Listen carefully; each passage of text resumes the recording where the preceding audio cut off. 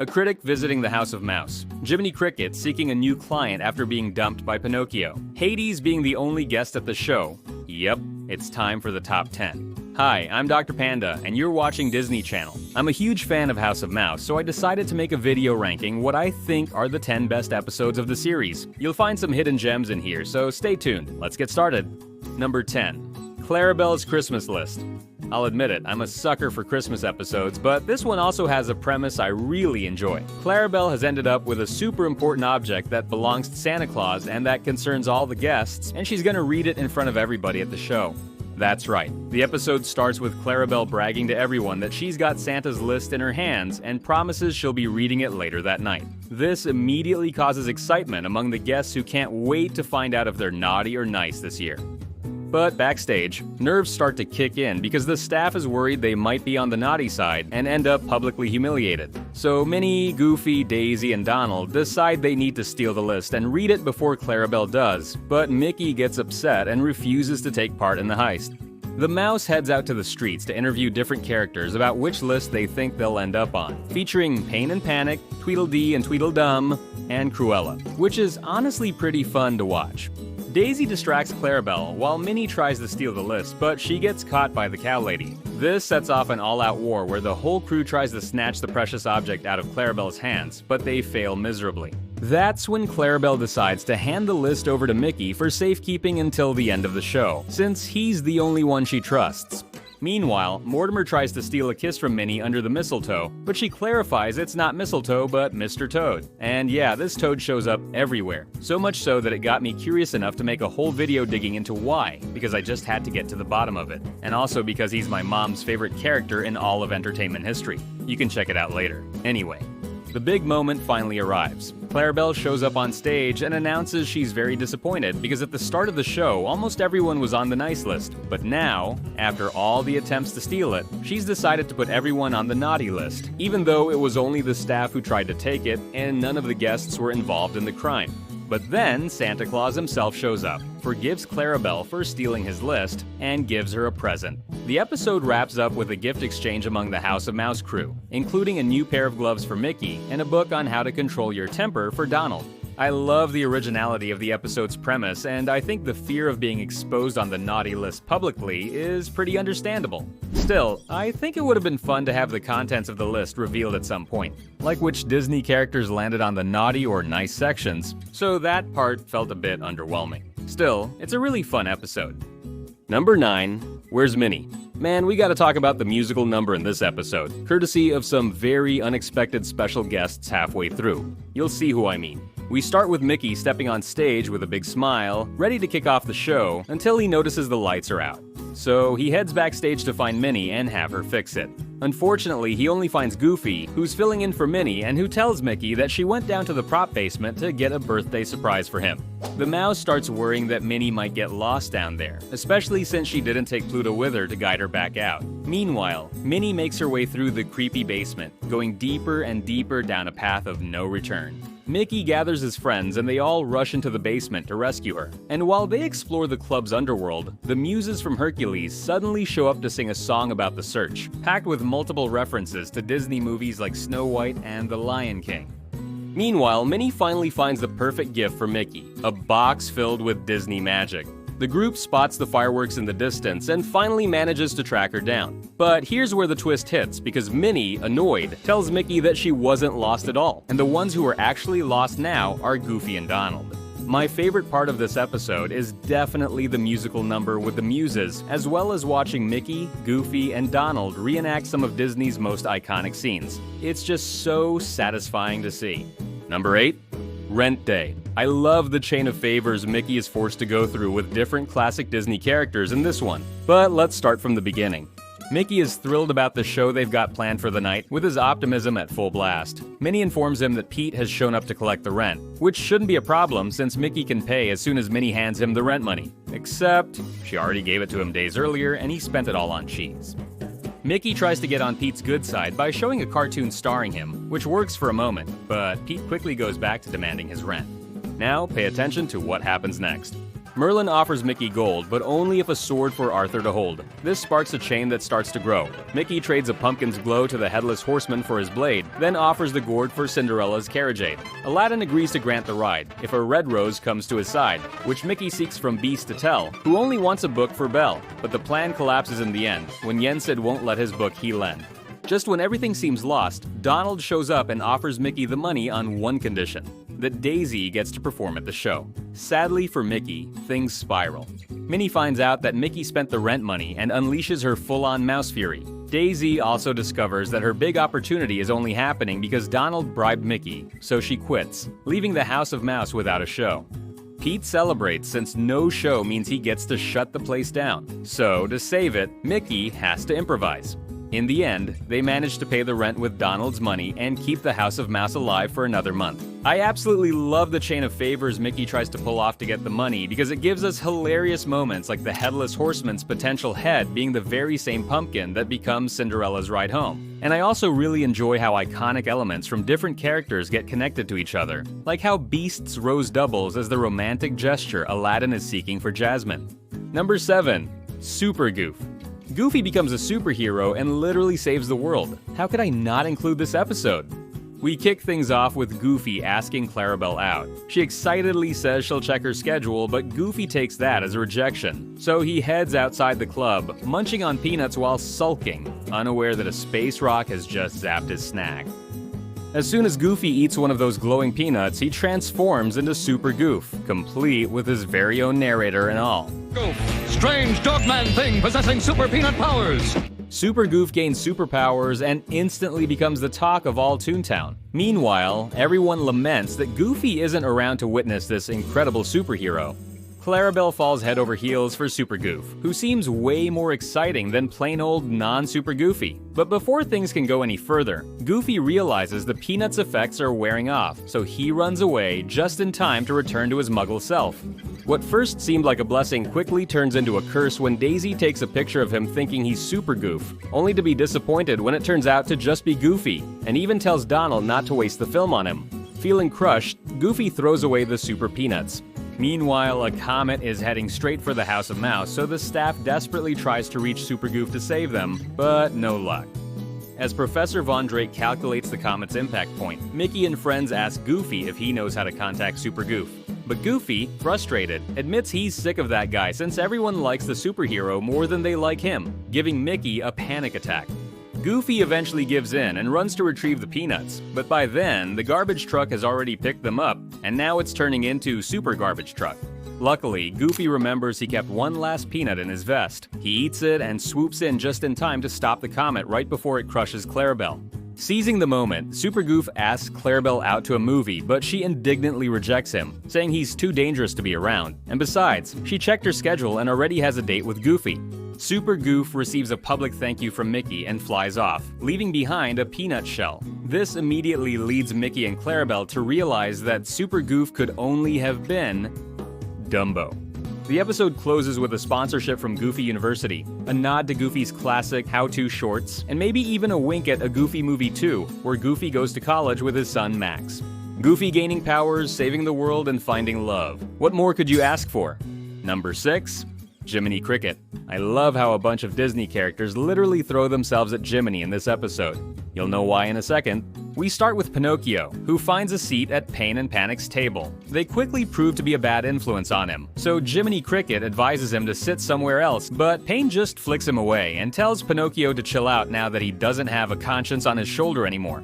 Backstage, Jiminy tells Mickey he's fed up with being disrespected and quits being Pinocchio's conscience. All Jiminy wanted was for Pinocchio to stand up for him, but the wooden boy couldn't even do that.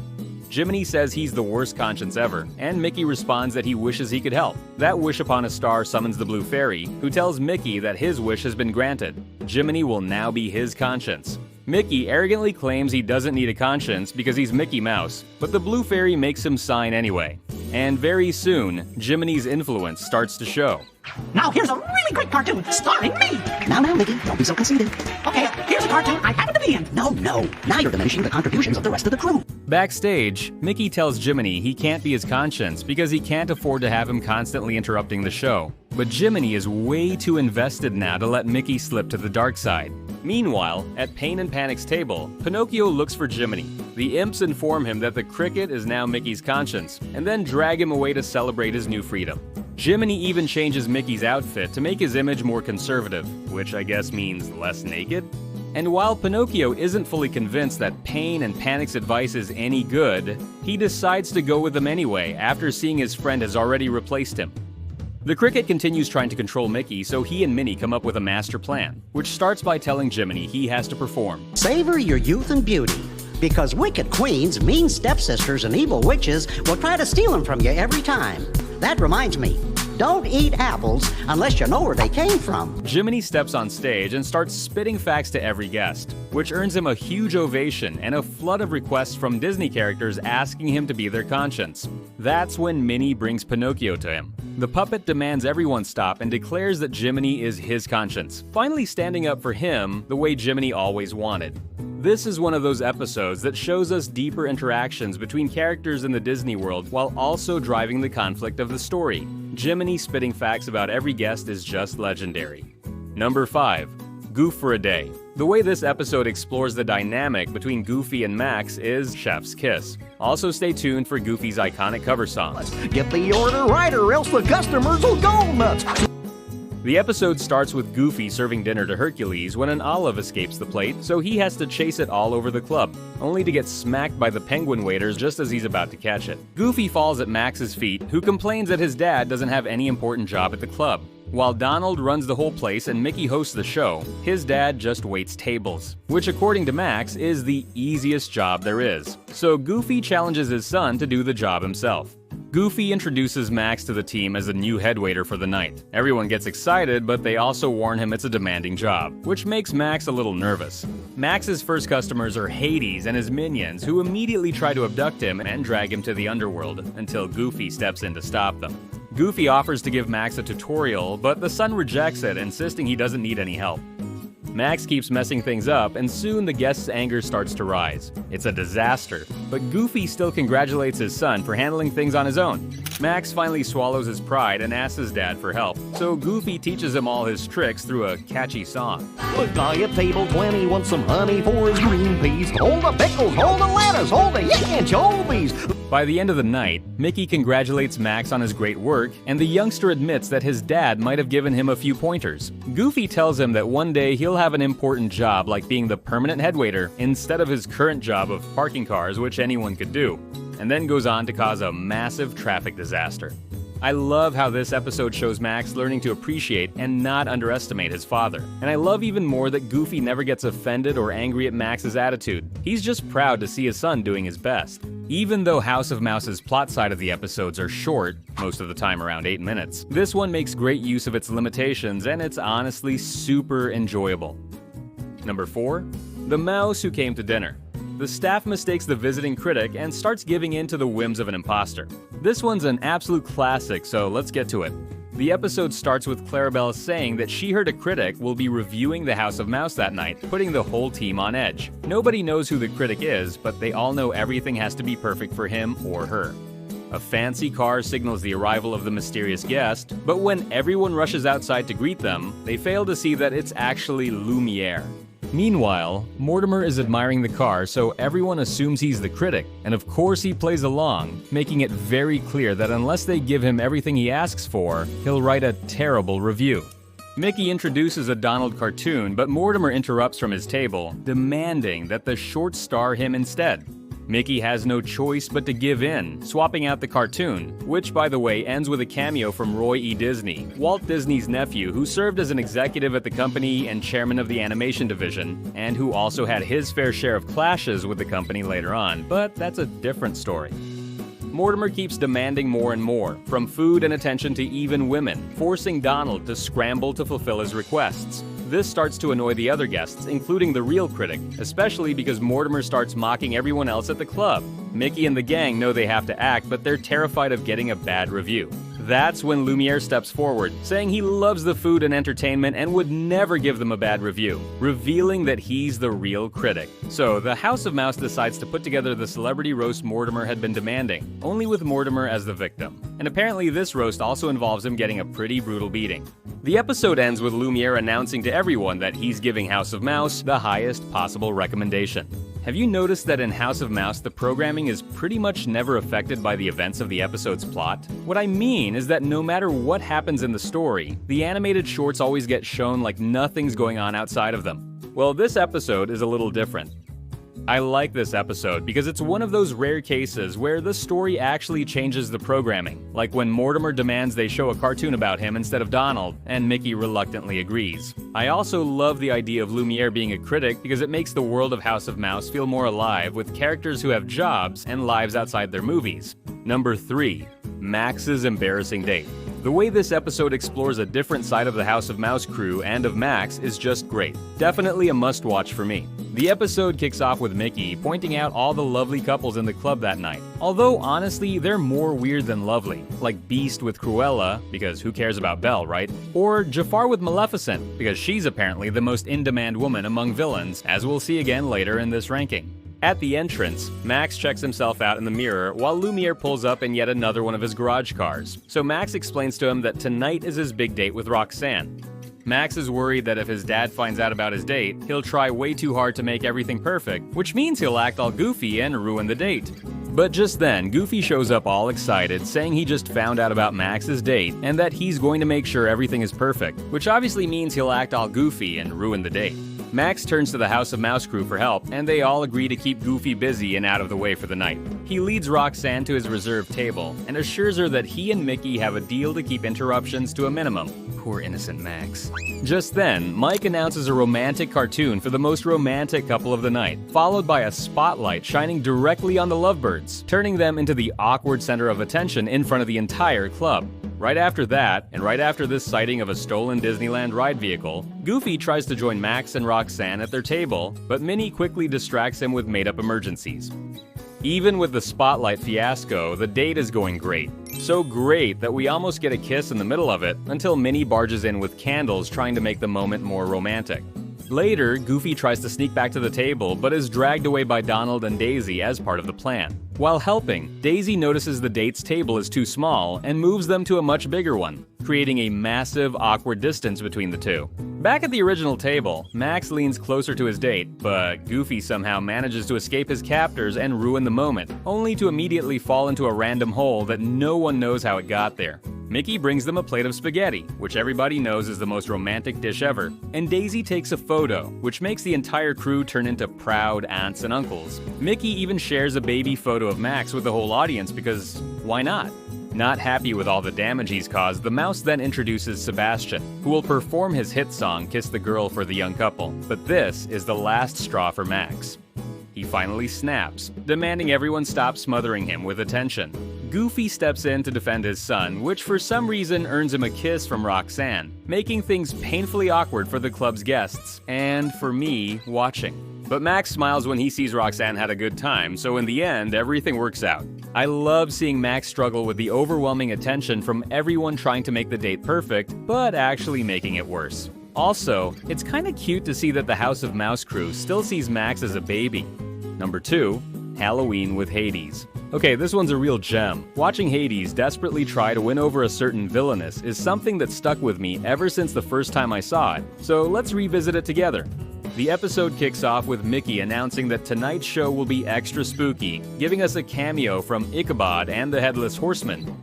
But honestly, this Halloween episode feels more like Valentine's Day, because all the characters show up with their partners. Everyone, except Hades.